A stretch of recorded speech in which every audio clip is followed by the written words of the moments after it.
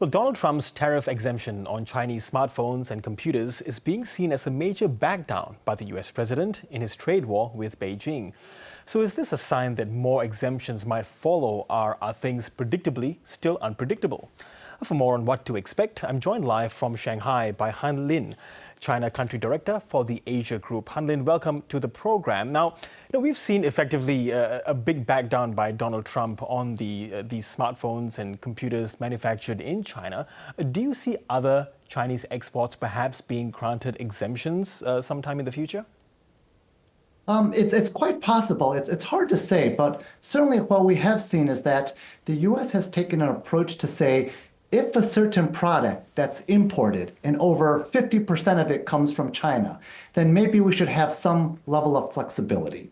Now, the question is if a product happens to be below that 50% threshold, would the U.S. be considered to be more flexible as well? But the challenge is this: even though these exemptions have been put out, suddenly we're getting announcements that maybe they're just temporary. Or maybe they don't belong in the reciprocal tariff category. Maybe they still are captured in the sector-specific category. So it's all quite confusing, but maybe that's the intent. Maybe the idea is you put out a number of threats, you keep the other side uneven or uncertain what's going to be acted upon, and then you always exert pressure in the hope that when you go to a trade negotiation of some sort, you enter into that negotiation from a position of strength.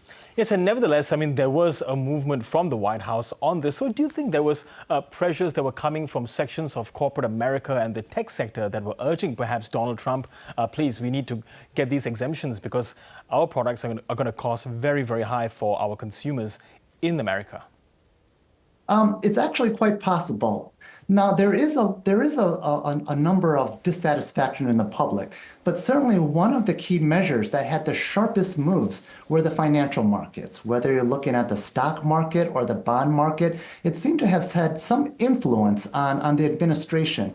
And so it looks like either it was an act of pragmatism to allow these exemptions, or maybe it could have been an act of self-preservation on the administration side. It's hard to say right now, but the hope is that we have some more stability or at least clarity going forward, because it's hard for businesses to do business in a period of uncertainty.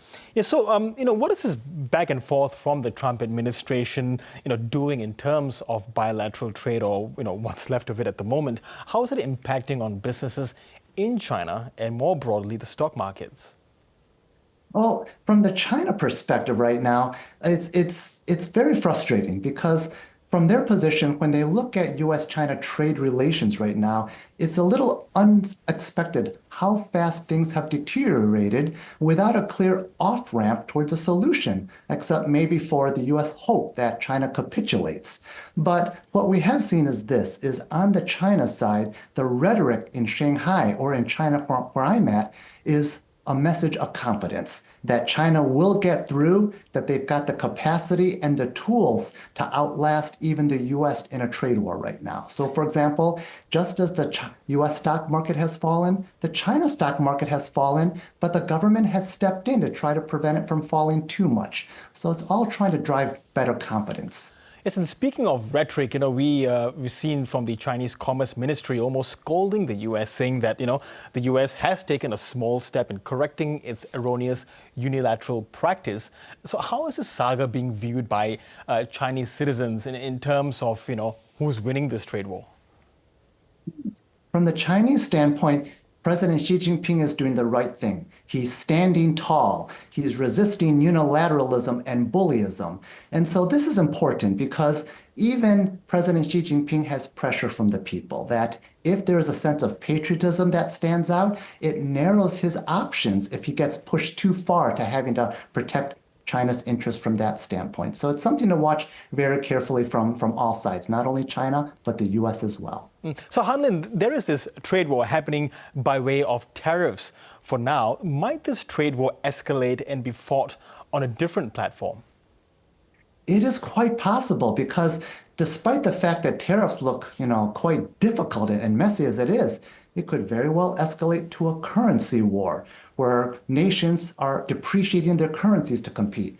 Or it could even go as far as a financial war where, for example, China starts stops their purchase of US Treasuries, or there are bank sanctions involved. So there are other scenarios that could escalate this tension, but the hope is both sides won't go that far.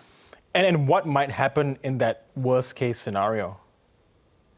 Well, let me take one worst case scenario. Let's say that the US decides to sanction Chinese banks, which are heavily reliant on the US dollar for global trade.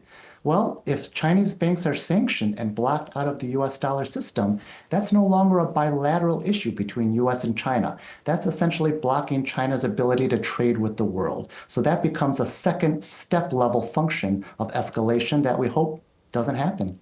Okay, and finally, Xi Jinping, he is currently touring a number of Southeast Asian countries. He is in Vietnam at the moment, and many of those countries in Vietnam are hit very hard by Trump's tariffs. 46%, I think Vietnam is somewhere right at the top. What might the Chinese president be telling leaders of those countries today? I think what President Xi Jinping's hoping to do is to try to pull together all the other aggrieved nations and essentially try to utilize neighborhood diplomacy, because China also knows if they can't export their way to GDP growth to key markets like the US, they may have no choice to either, number one, focus on the domestic economy, or second, cultivate more markets throughout Southeast Asia. So what Xi Jinping is doing is actually quite pragmatic given the situation that China finds itself in. Okay, Han Lin, really appreciate your fascinating insights into this. Thank you so much. Thank you.